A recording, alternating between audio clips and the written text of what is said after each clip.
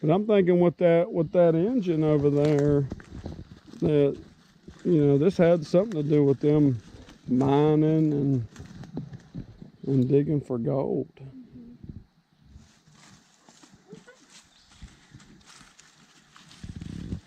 Yeah, but it wasn't full of water last time. It must have rained hard the past couple of days around here.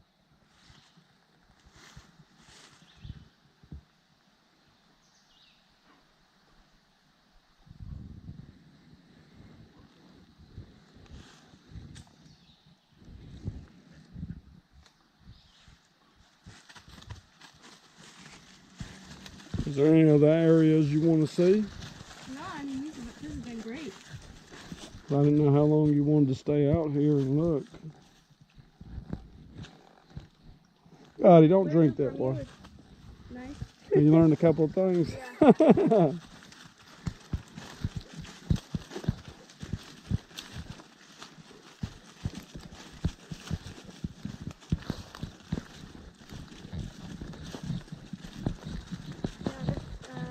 This summer I'm working on my thesis project.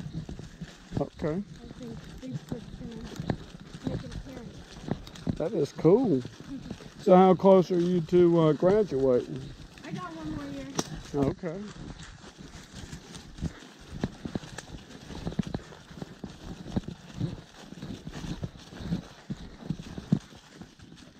Come on, boy.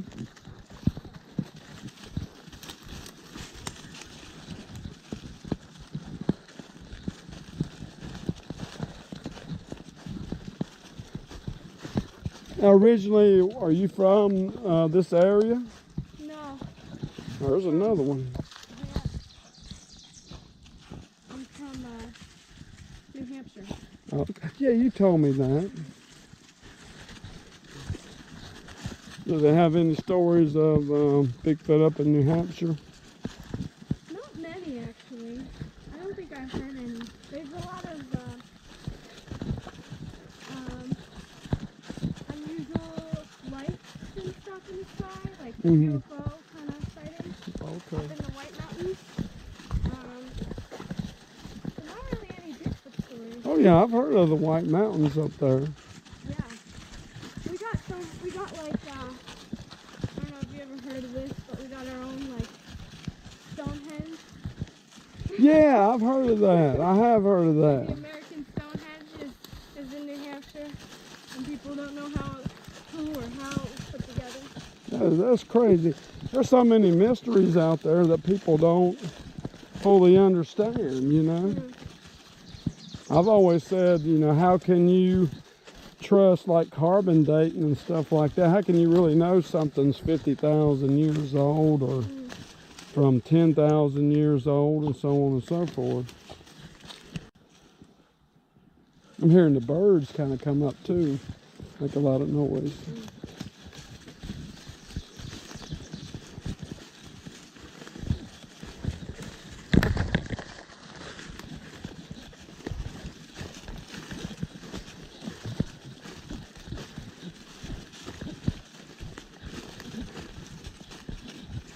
A lot of times when you see a mound like that, that's an old root ball that got covered up from the tree, from a big tree falling.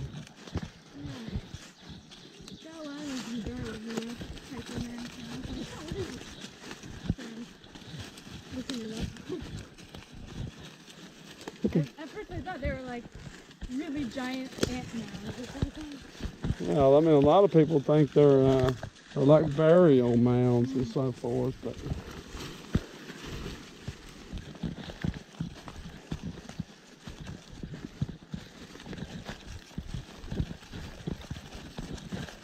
the one good thing about Uwharrie too, when you go off trail, it's hard to, you might get lost, but it's hard to really get totally lost because you're going to come out at another trail or a road. I mean, there's roads intersecting Uwharrie all the way around. Come on, let's go this way.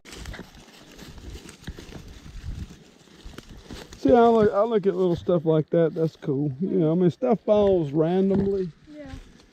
And you always, if you're doing Bigfoot research and You listen to what so many people say about tree structures, and you got people out building survival shelters. And some people, some researchers, quote unquote researchers, they don't know the difference between a survival shelter and what could be something that a Bigfoot or, you know, a relic hominid or a wild person out in the woods might do.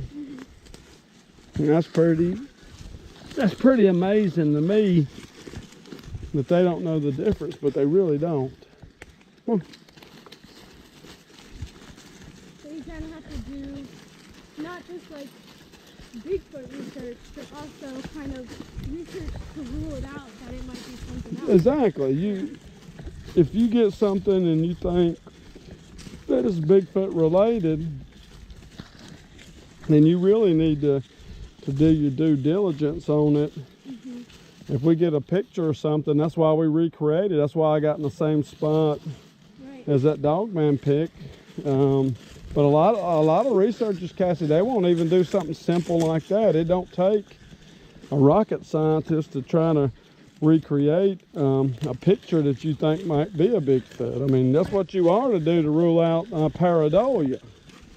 So I'm sure when you do your thing on Bigfoot, you ought to do and talk about pareidolia and what pareidolia is and how that can, you know, play a factor in people thinking that they see something, especially when you didn't see something at the time, but you go back and look at a picture and you're like, oh, there's a Bigfoot.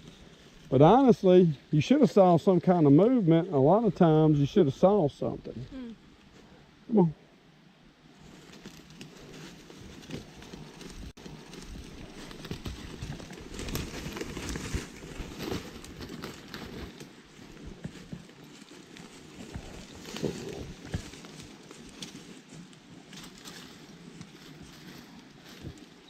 It's kind of like you have to use the structures of the scientific method, basically. Yeah, you got to use them. Same though I'm not a quote unquote a trained scientist.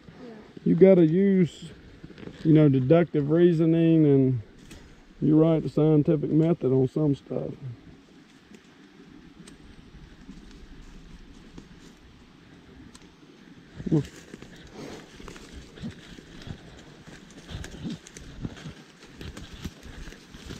I'll tell you what, y'all run me in the...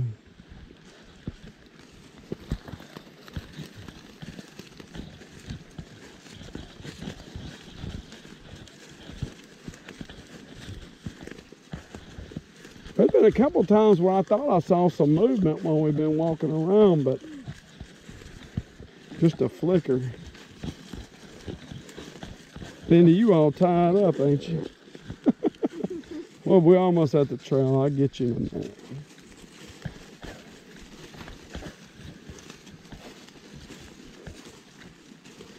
Okay, we're right back where we were started from.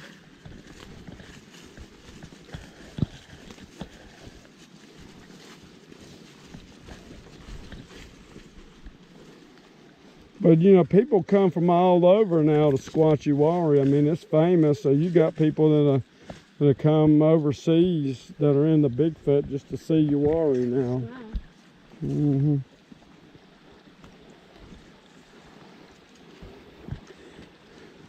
Now look, it looks like something. Well, that could be boot prints, but I mean that's interesting.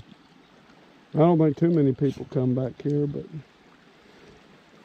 that's one of my favorite things is just to walk these creeks back in here and look at the sand and look for prints. It paid off that one time when we found that one real good print in the sand. I haven't really casted a lot of prints. Y'all take that, ain't you? There you go. There you go. Come on.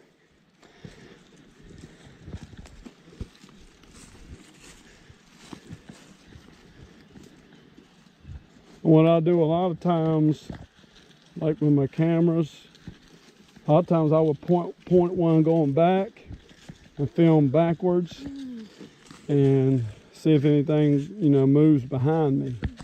Which so far I haven't really found nothing yet. Come on.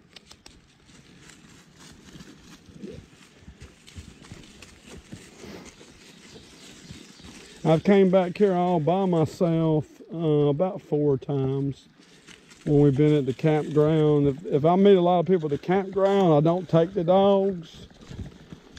And so when I met people at the campground, I've walked back here all by myself, I'd say about 4 different times. One time in the middle of the night, all by myself, and changed out the trail cams.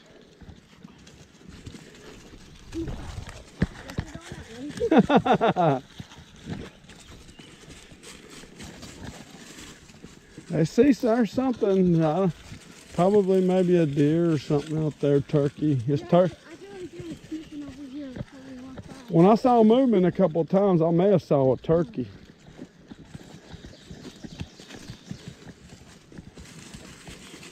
Turkeys are pretty good about moving for cover when they see people and getting out of the way. There's been about 3 different times when I've seen a turkey running down the trail and cut across. And then, you know, the next thing I saw coming up behind him was a hunter. I'm laughing. I'm like, man, you just missed him. He's like, where'd he go? I mean, turkeys, you got that term, bird brain. Turkeys are smart. Birds are smart animals, or whatever they are. I guess these days, birds are the remnants of what, dinosaurs? Ain't that what people still believe? They say. But they're pretty smart.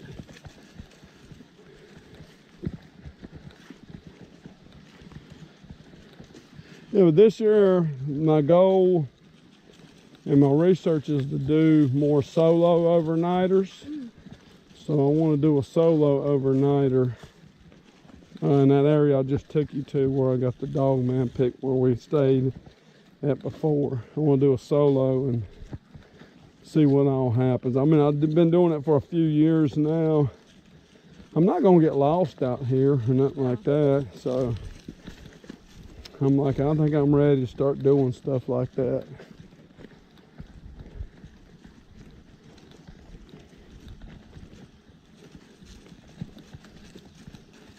How you doing, man? Pretty good, pretty good. Had any activity today? Oh, okay. Come on, girl.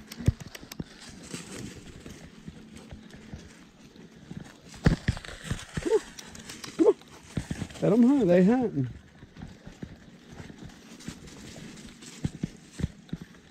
Well, that's got to be the life. Just post it up, and you know, hunters have a lot of Bigfoot experience. Mm-hmm.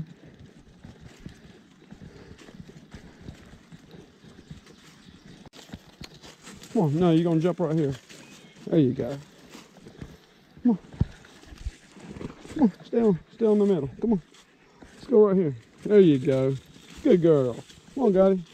There you go. Good boy. Now you want to cross over right here? Huh? Hey. Or you want to cross over right here? Oh, of course. Yeah, she would have to. Come on, Gotti. Gotti.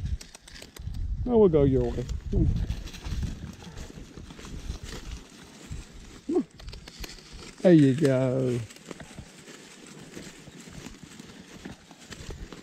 Now, I went to the Bigfoot Museum in Georgia, and it's just over the state line from North Carolina. Cassie, that's awesome. Now, if you're doing a piece on Bigfoot, yeah, I need to go there. you need to go there. I don't know if you saw the video I did on it, but I did. it is fantastic. I did watch that one. And yeah, I mean, and the lady there, her name's Sibylla Irwin. She's somebody that if you interviewed, she would be a very interesting interview, because she's met people like Bob Gimlin, that was there when they filmed the Patterson-Gimlin Bigfoot film, was probably the most famous Bigfoot film. She's got a lot of connections. Everybody knows. It's the one everybody knows about. And she's met all the big wigs. And she was open and nice to everybody that was coming through the museum, so she'd be a great person for you to talk to and interview. That's close to the western North Carolina area I squatch in Nantahala. So I'm like, well, that's just another hour from there, so why not drive over there and check it out? And I'm glad I did.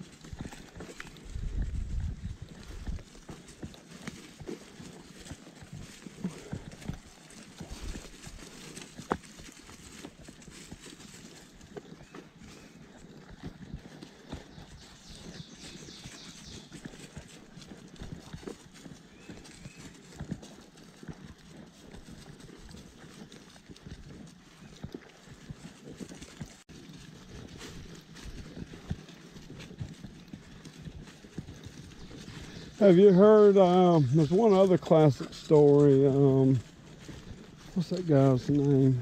I forget these. The guy that got zipped up in a sleeping bag and taken off by a Bigfoot. Have you heard that story? No, I remember. You know what? I'm gonna send you that on Messenger, and I'm gonna send you Teddy Roosevelt's story. Yeah, thank you. I have a list of it. Yeah. But he had described from his story that the creatures that took him were very ape-like. There's a man, a woman, and two juveniles. And he described their white padded feet on the bottom. And then when they got Patterson-Gimlin film, when Patty's walking, you see the white pads on the bottom of her feet. And that kind of matches everything. And again, I mean, it's little things like that that kind of match up, Right. that are decades apart. You know, it's little things like that that just make me think. You know, when Lee Woods gets a footprint, and I'm like, man, that's the same one I got a couple of miles away. Stuff like that just makes you think that there's something to it besides everything that I've seen and then I've heard on my own. But you know, that's a good question you pose. I mean, if one just stepped right out in that tree and I got a good film and I got a good look, even more important than that, seeing it, would that be the end? I don't know. Well, how many people would accept that as proof? That's hard for me to say. I mean, most people in Bigfoot say that only science will only accept the body. And I think that's true, but I don't want to kill one. Right. But I think a good film can make a big impact. Well, yeah, I like have that question of like, if that proof is good enough for you, but it's not good enough for everyone, you still continue, you know? Yeah, I know. I Then you're can't. like, I gotta prove it. That's then. a great question. That might be it, but my guess would be is that it might just have me out here 24/7. It might have me quit my job and be out here all the time. I don't know. This is not a tree, is it? Yeah, that's a tree. Oh, It's been so propped weird. up. Look at you might want to take a picture of that. Look at how it's Yeah. perfectly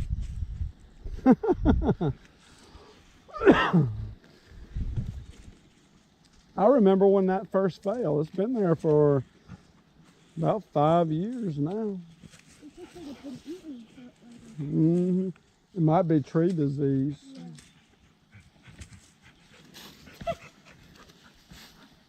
It's trying to cool off a little bit. And when we were right along in here, I heard a noise on that side, and a rock went across. And I know it was a rock because of the way it sounded, but also it ripped the leaves off the tree. And I got that on video, but I didn't catch whatever threw the rock.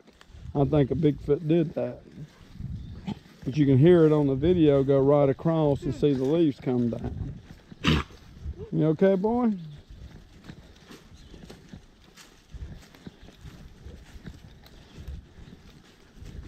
Are you coughing too? I've done swallowed 2 bugs out here.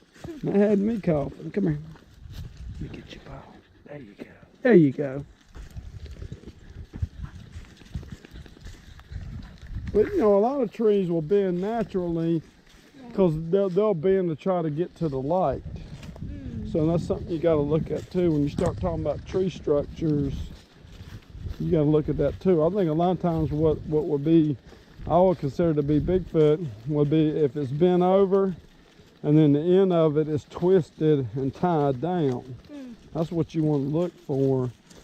And I think, again, in those cases, you know, Bigfoot would use it like a hunting blind to break up its outline. And also, it can use bended bushes and trees to funnel game. And what me and Tim and Natahaya seen where there's been avenues that have been funneled for game to come down through. Poor thing. There you go. There you go. Yeah, that idea of other squatchers being out here and making similar calls of what you're looking for. Mm-hmm. Kind of troubling in a way. That is troubling. I mean, that's one reason why we originally looked at some of the other areas in western North Carolina that nobody's going to. Particularly, I think game lands are pretty good areas to go to as far as all that goes.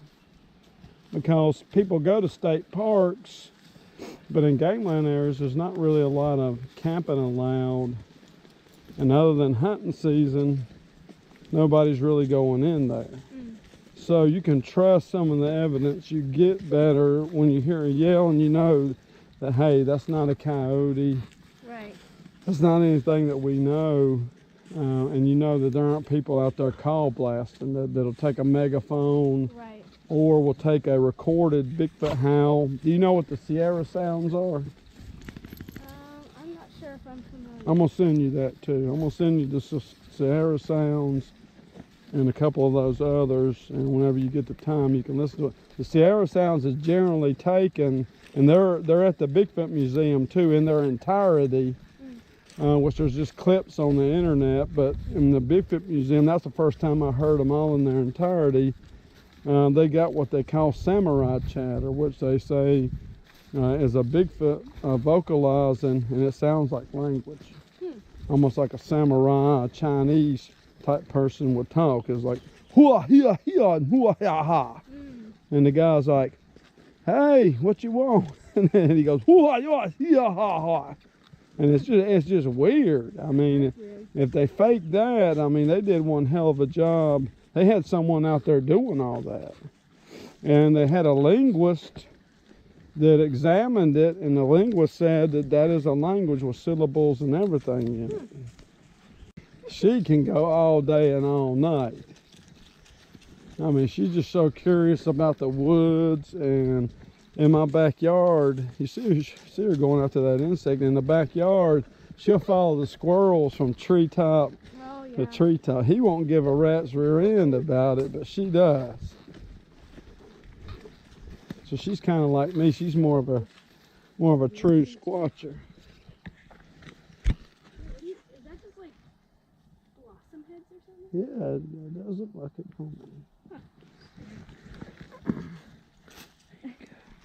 You good? There you go. I've seen a lot off trail. I've seen a lot of different types of beautiful flowers, but you know, up in the Blue Ridge foothills area, I've ran into. Well, I tell you what, that's why I can't keep my truck clean. Yeah. I've ran into like some house flowers, like people would plant around yeah. their house, and I'm like, there used to be an old homestead here, you know, 100 years ago. I've seen a lot of like daffodils Yeah. in the middle of the woods, and I'm like, clearly somebody just plopped a bulb here, but why? Why would you do that? Probably because there used to be a homestead there at one point in time. Come on. I know you're hot. I'll turn on the air in a little while.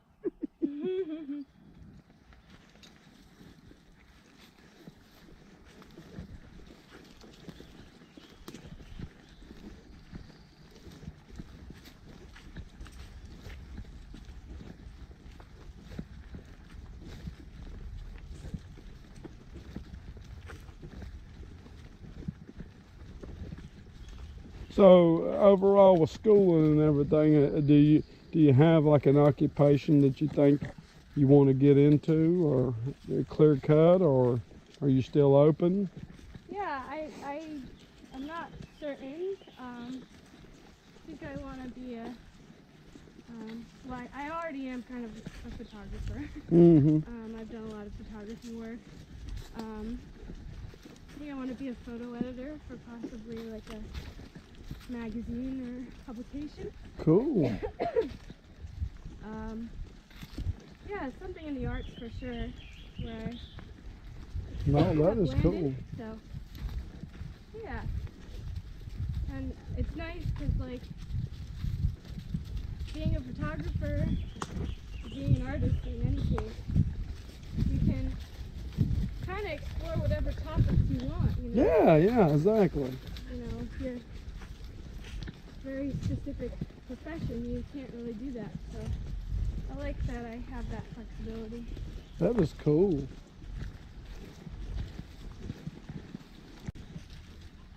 You must have to like check them for ticks after. Oh yeah. I check them for ticks. One time when we went to the area where I posed in front of that survival shelter we found, that day I pulled 22 ticks off of myself. Oh my gosh. And Bob had pulled 16 off of him. So I mean, you got to really check. Yeah. When you go off trail in tick season, you can get them all over you. Now, I know a couple people that's got Lyme disease, so you kind of got to be careful about all that. So yeah, that's why I was like, I gotta wear long pants. And, oh yeah, I don't blame you one bit. yeah. I try to keep my pants tucked into my socks when I do off-trail hiking. And yeah, I'll check when I get home. I check real good for ticks and check them out.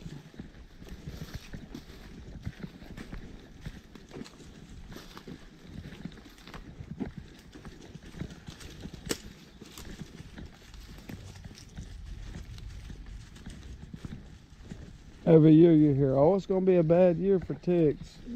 Oh, it's going to be a bad year for snakes. I'm like, I'll just take my time, watch where I step. With ticks, I mean, you can get them on trail easy. I mean, I almost think ticks wait for you to come by and they jump off of leaves and get on you, you know?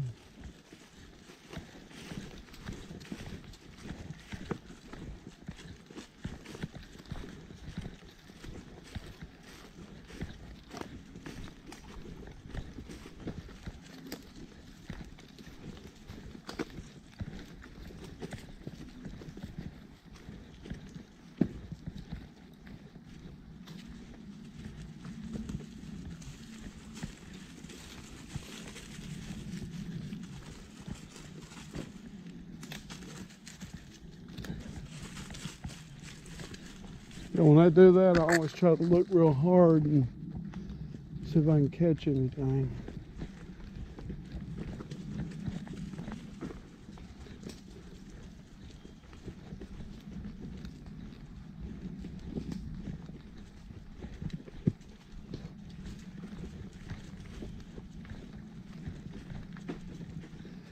You can also, I don't know if you've heard of the BFRO website where they catalog a lot of sightings. Have you ever looked at I that? think I've looked at that one Okay. place. Well, that'd be a good source of information. You Yeah. can go in each state. You can go county by county, and they'll have a list of the sightings that a Bigfoot investigator went to on site and investigated a sighting. It's pretty detailed information. That always helps you out. When I first started documenting, I looked at a lot of those on there. I think this is Montgomery County, and this actually has the most Bigfoot sightings in North Carolina. Although I would say the squatchiest place I've been, I would say, is in western North Carolina. They're right below the Blue Ridge Parkway and the Smoky Mountain National Forest. I think that's the squatchiest area I've been to, though. But there's something about this place, Uwharrie, and I really think that Mike Green film is genuine. I mean, I can't say anything's 100% perfect, but I think that's pretty genuine. There's something going on out here, and from everything I've seen. And I just wonder, though, if the dog man, from what I've seen, if that isn't like some type of wild man with a headdress and wearing furs. I think that's a possibility too. I don't think all the Indians went on the Trail of Tears to the reservation, and I think too, when John Kennedy made this national forest back in 64, 65, there was a lot of people living out here that never got their properties properly deeded because they didn't want to pay taxes and so on and so forth. A lot of people, Cassie, got kicked off their land out here. And one night when we were squatching, this guy that owns 99 acres, he came over there and talked to us.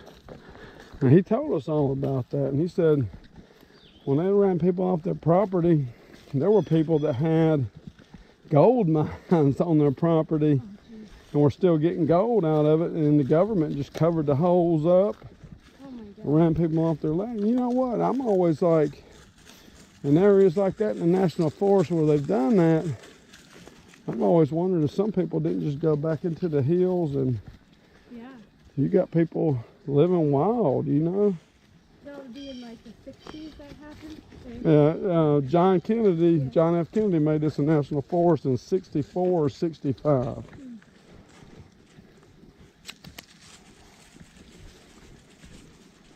And that guy, he ain't got no love for John Kennedy. Which, you know, I think he's one of the greatest presidents we ever had. But that dude didn't have no love for Kennedy at all.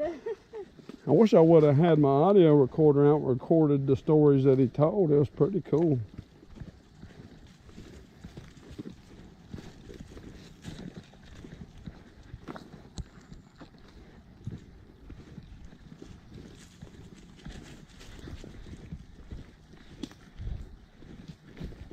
That's a nice little X too right there. That's pretty cool. I want to get a picture of that. Although I think that's probably natural, but